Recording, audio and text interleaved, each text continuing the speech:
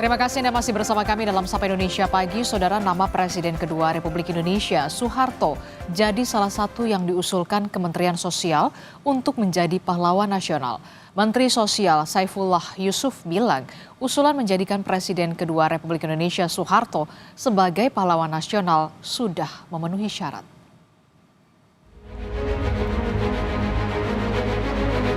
Menteri Sosial Saifullah Yusuf bilang nama Presiden kedua Republik Indonesia, Soeharto, sudah beberapa kali diusulkan menjadi pahlawan nasional. Namun ketika itu menuai kendala karena adanya tap MPR soal korupsi, kolusi, dan nepotisme. Namun setelah tap MPR tersebut dicabut, usulan Soeharto sebagai pahlawan sudah memenuhi syarat normatif. Menurutnya pemerintah akan mendengarkan berbagai pendapat, namun juga menimbang kebaikan dari Presiden kedua RI, Soeharto. Mengkaji lagi di Kementerian Sosial juga dipastikan lagi lewat beberapa tokoh, mulai dari akademisi, sejarawan, juga kita tokoh-tokoh masyarakat ya, yang bersama-sama mendiskusikan usulan-usulan dari Nah, setelah itu kami nanti akan lanjutkan ke Dewan Gelar. Dewan Gelar nanti akan dikaji lagi dan baru selanjutnya ke Presiden. Nah, dari nama-nama yang ada yang ramai itu adalah tentu di situ ada Pak mantan Presiden Soeharto, ada Gus Dur, gitu, dan tokoh-tokoh lain lah banyak sekali ya. Itu semua memang punya peluang untuk. Namun usulan Soeharto menjadi pahlawan nasional menuai pro dan kontra. Hal ini ditanggapi Menteri Sekretaris Negara Prasetyo Hadi yang menurutnya wajar memberikan gelar pahlawan kepada mantan presiden sebagai bentuk penghormatan. Kata Mensesnek, jangan selalu melihat kekurangan, namun prestasi mantan presiden juga harus dilihat. Menurut kami, ya, mantan-mantan presiden itu sudah sewajarnya untuk kita mendapatkan penghormatan dari bangsa dan negara kita. Jangan selalu melihat yang kurangnya, kan kita lihat prestasinya. Sebagaimana Bapak Presiden selalu menyampaikan bahwa kita itu bisa sampai di sini kan karena prestasi para pendahulu-pendahulu kita. Mulai dari Bung Karno dengan segala dinamika dan permasalahan yang dihadapi masing-masing. Kemudian Pak Harto, Pak Habibie, dan seterusnya. Gus Dur, Bu Mega, Pak SBY, Pak Jokowi, semua punya jasa, tidak mudah. Tapi sejarawan dari Universitas Nasional, Andi Hadian, bilang keinginan menjadikan Presiden kedua RI Soeharto sebagai pahlawan nasional perlu dipertimbangkan kembali. Dia mengingatkan era reformasi justru terjadi karena mahasiswa berkorban agar Soeharto lengser dari kekuasaan. Dia juga tokoh sejarah penting dalam sejarah kita. Sebagai sejarawan, saya tidak bisa menisbikannya, tapi kita juga harus melihat bahwa sejarah itu adil ya. Kita harus menempatkan segala sesuatu dalam proporsinya. Jadi katakanlah gini, tadi disebut reformasi. Kalau pertanyaan saya, untuk apa reformasi terjadi? Mengapa mahasiswa mengorbankan dirinya turun ke jalan saat itu untuk meminta Soeharto mundur? Ada apa di situ? Itu suatu sejarah yang juga saya akan sampaikan sebagai satu, kalau dalam ini artinya historical circumstances itu jelas.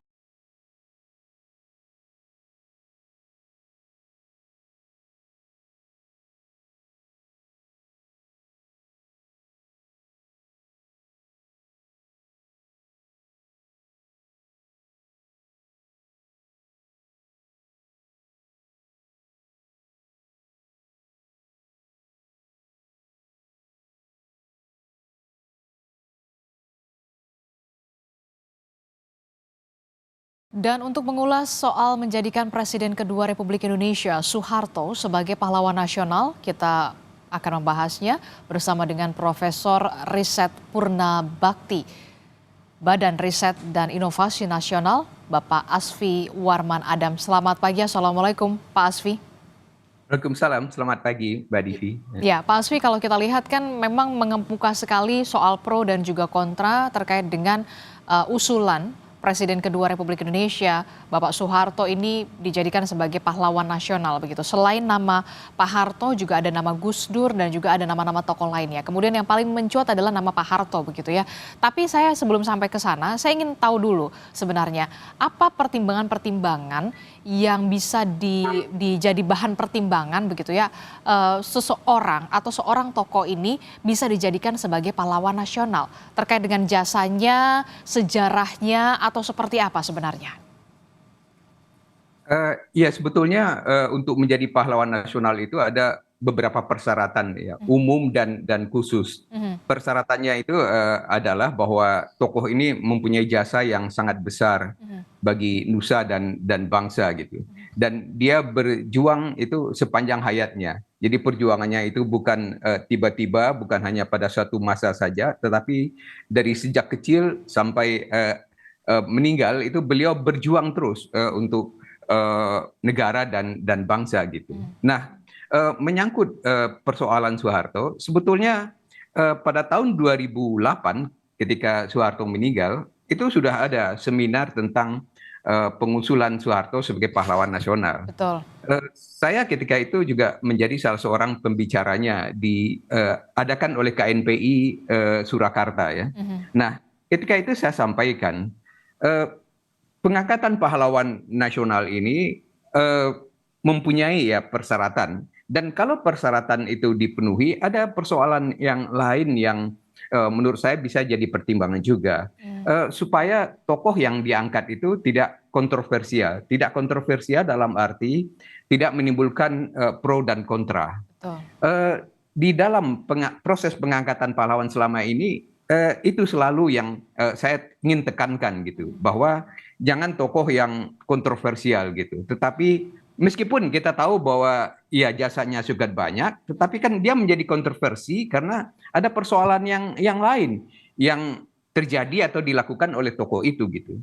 Jadi itu pertimbangan saya pada tahun 2008 itu untuk mengatakan bahwa Soeharto ini termasuk tokoh yang kontroversial gitu. Nah, jadi pengusulan itu kemudian berlarut terus sampai berulang-ulang beberapa kali gitu, tapi tidak kunjung diangkat juga gitu. Tapi saya juga ingin mengatakan bahwa di sini persoalannya menjadi lebih nyata gitu, menjadi lebih hangat gitu ketika yang menjadi presiden itu adalah Prabowo. Mertua Soeharto adalah mertua atau mantan mertua beliau gitu. Nah, apakah faktor keluarga ini menjadi pertimbangan yang penting juga gitu untuk diperhitungkan gitu? Kalau menurut Anda? Menurut saya kita bisa belajar dari Presiden Susilo Bambang Yudhoyono.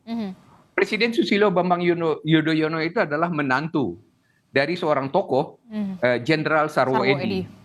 Nah, ketika Susilo Bambang Yudhoyono menjadi presiden dalam 2 periode gitu, Sarwo Edi itu pernah menjadi wacana untuk menjadi pahlawan nasional.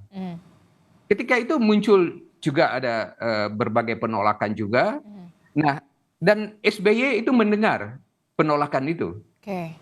Dan selama pemerintahan Susilo Bambang Yudhoyono, mertuanya Jenderal Sarwo Edi yang berjasa di dalam selaku ya Panglima atau Komandan RPKAD yang dalam penumpasan PKI di Sumatera, di Jawa dan Bali ketika itu pada tahun 65 gitu. Tetapi ya lagi-lagi pada masa SBY, Sarwo Edi tidak diangkat gitu.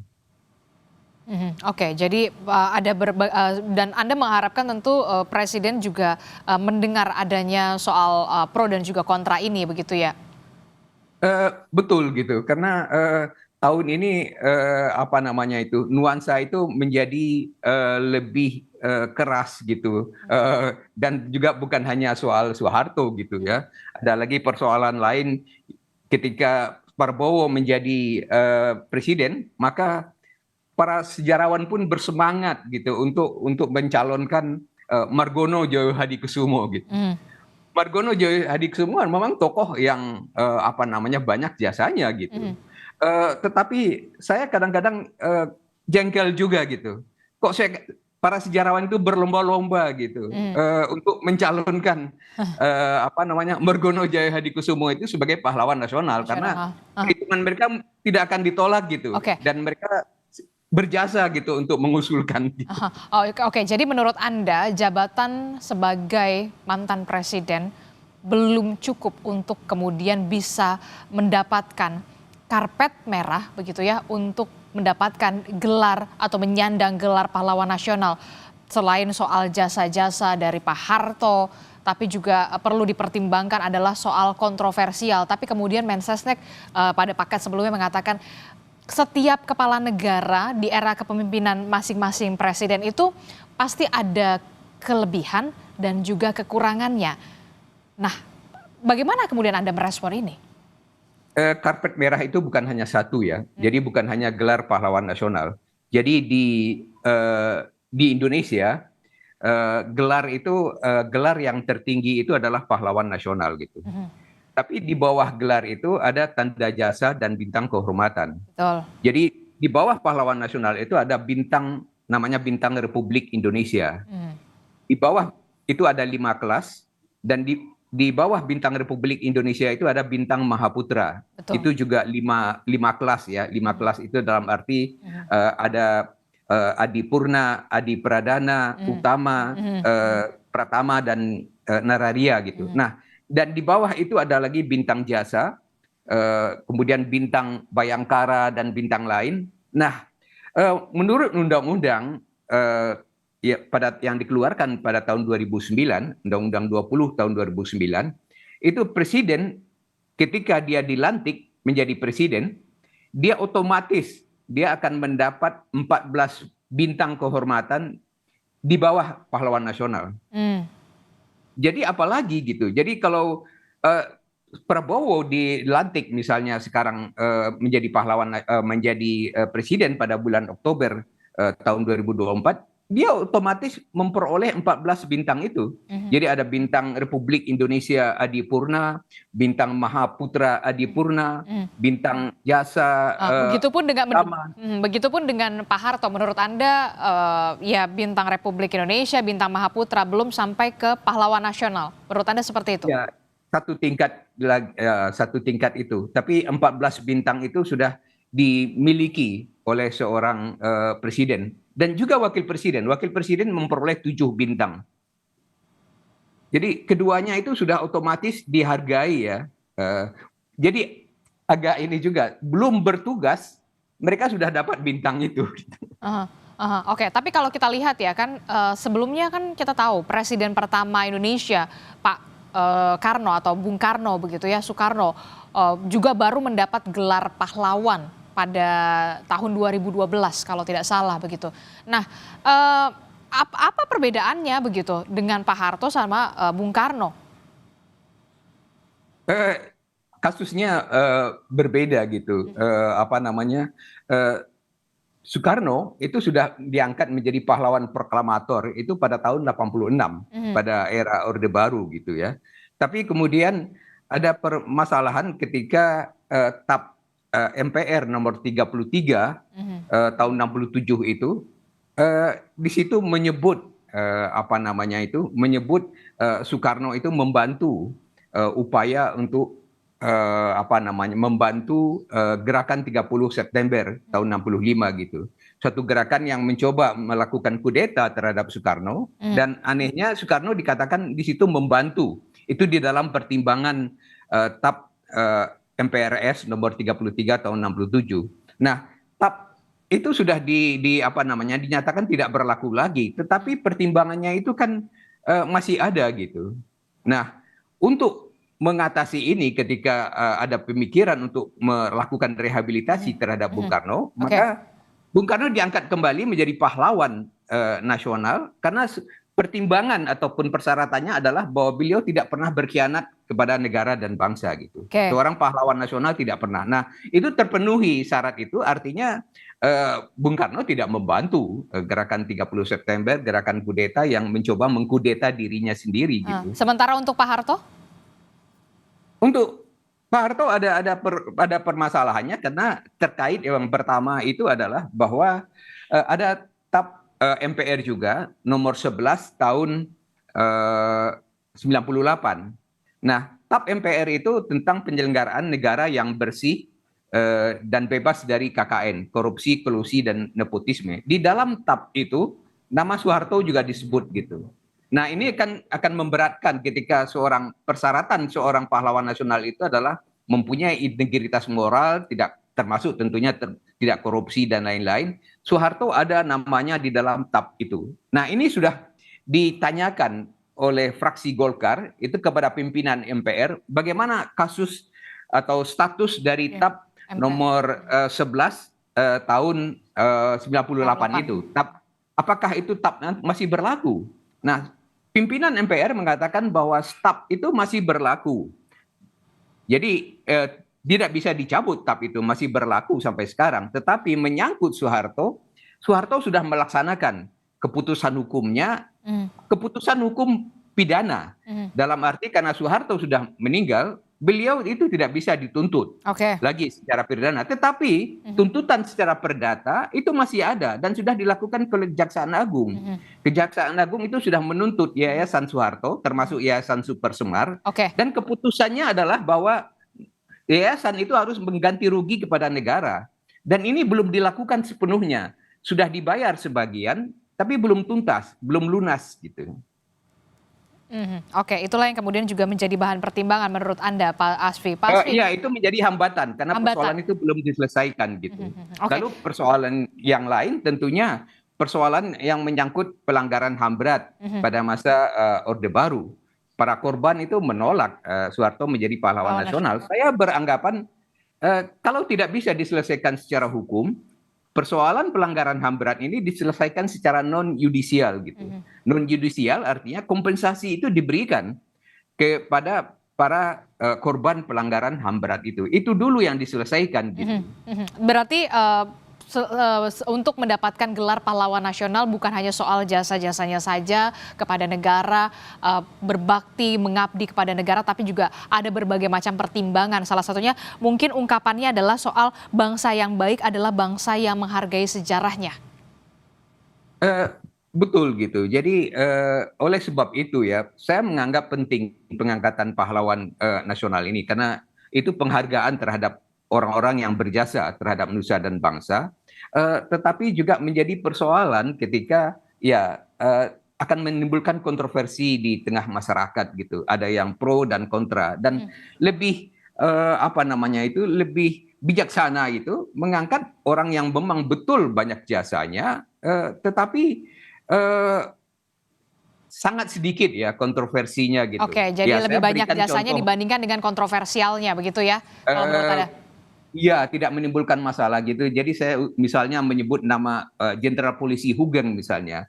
Itu sangat-sangat banyak jasanya untuk pemberantasan korupsi gitu, untuk menjadi teladan bagi bukan hanya bagi polisi tapi bagi seluruh aparatur negara gitu. Tokoh seperti itu yang layak diangkat dan tidak menimbulkan kontroversi. Baik, tidak menimbulkan kontroversi itulah yang kemudian juga bisa jadi bahan pertimbangan ya. Baik, terima kasih. Betul, dan sangat relevan dengan kondisi sekarang gitu. Baik.